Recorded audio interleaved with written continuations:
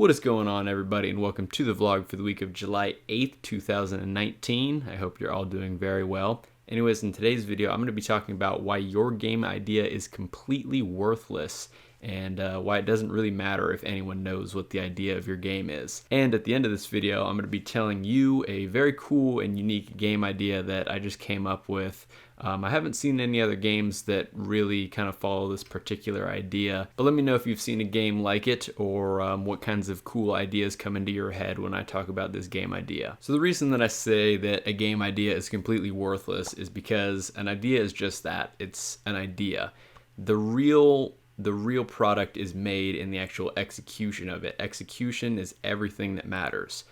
Just because you have a cool idea of a game doesn't really mean anything. You know, you could have this amazing idea of this huge, massively amazing game that incorporates every single game mechanic ever, and every single gamer on the world wants to play it because they can play their own type of thing and just do whatever they want, and it'll be perfectly scaled for the difficulty of the individual player, and it would like somehow know what kind of experience they're looking for, and it would just cater exactly to that, which sounds completely amazing, right? I mean, if you made that game, you'd be a freaking billionaire because no one would ever want to play any other game other than that game. But the thing is, it's going to cost you like trillions of dollars to make because that is just like bigger than all the scope of every single other game combined put into one. You could put so much money and resources and people into making this game, and you'd probably never finish it in like 1,000 years. And so just because you have like the greatest idea for a game in the world doesn't mean you'll actually make the greatest idea of a game. You could have an excellent idea that's, you know, a lot smaller scoped and something that you could actually finish within a reasonable amount of time,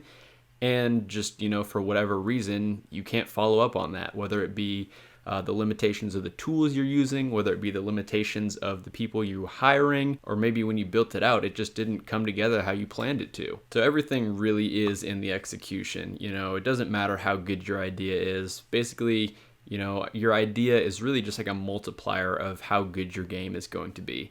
Because even if you have a poor idea, but you like execute on it amazingly and everything is perfect, even in that poor idea, you're still going to sell a ton of copies of your game. You're going to be pretty well off. You know, maybe you don't get the best reviews in the world, but still a lot of people are going to have a positive experience with your game because everything's just, you know, totally neat and tidy and everything like that. And then on the other side, you could have the best idea in the world and never do anything with it. Well, that's going to make you $0. Again, you can have a super amazing idea and just have terrible, poor execution on it. I feel like there are a lot of games that we can point to that just had this like amazing idea, but unfortunately for whatever reason, the team just wasn't able to execute on it. And it is pretty sad when that happens. You never like to see that. You know, having a really good idea and really good execution on that idea, you're going to get a lot of good reviews on your game. You're going to have lots of word of mouth. People are going to be wanting to play your game. Ideally, what you want is people to be like thinking about your game so much that no matter what they're doing, they always just want to be going back to playing your game. They want to, you know, finish work or finish school to go home and play your game more. That's really what you want. And then the final kind of reason why I think your idea is completely worthless and why it doesn't really matter if anyone knows, you know, the idea of your game, like it shouldn't be this like crazy super secret thing or anything like that, is because video games are an art form. And with an art form, two people can have the exact same idea and they will come up with two completely different things. I mean, if you've ever participated in a game jam, you'll see a lot of times they're focused around like a theme. So they'll have like a theme that's announced at the beginning of the game jam, and then everyone has to make a game based on that theme. No two games are going to be alike within that entire game jam. There could be thousands and thousands of entries. All the games are going to look different, they're going to play different, they're going to feel different. I mean, they're going to be completely different. And I know that the theme of a game jam is a little bit different than like the overarching idea of a game, but you can kind of see how that works out. Again, if two teams have the exact same idea, even if it's detailed pretty well, the execution of that is going to be completely different. You know, one game might focus on one thing a little bit more than another thing, and either way, you're going to have a completely different experience. So which one's going to be the better game of the two?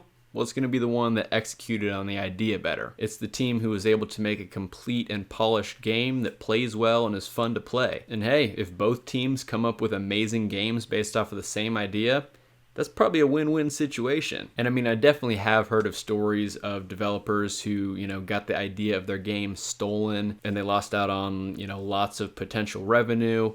But again, I really think that it all just comes back to execution. If you're able to make a good game at the end of the day, your game's gonna sell very, very dang well. So anyways, before I wrap this video up, I'd just like to give you guys this game idea that I came up with last night. And if you're able to make a game off of it, then freaking awesome, that's cool. Because to be honest, I still don't know what the game would actually look like. But I mean, I just came up with this idea last night, pretty much every night before I go to bed. I kind of just stretch out and listen to some music and stuff like that. So last night I was listening to some lo-fi hip-hop, just like super chill, relaxing, kind of jazzy hip-hop music. It's great music to just kind of wind down to, and helps me fall asleep a lot easier after I kind of do a little bit of stretching before I go to bed. And it got me thinking, kind of what kind of a game could revolve around this lo-fi hip-hop type music. It's just like super chill, relaxing music. This is not going to be the kind of music that's behind some first-person shooter or some like epic pixel-perfect platformer. But I kind of started envisioning this idea of a game, and again, it's not fully fleshed out yet. I just kind of got like the base of this idea last night. But anyways, it would just be this kind of chill game where there's this relaxing lo-fi music playing. And when you put the controller down, when you take your hands off the keyboard or whatever, the game kind of keeps going. It kind of keeps living on.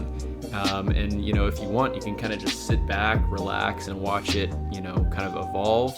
But whenever you want, you can just kind of go back in, pick up the controller, put your hands on the keyboard, and start playing again. Start interacting with the game more. I mean, you can literally just kind of have this on in the background and kind of be paying attention to it every once in a while. Or maybe you're sitting in front of it and you're kind of scrolling through on your phone a little bit, and then you pop in and you play for a little bit.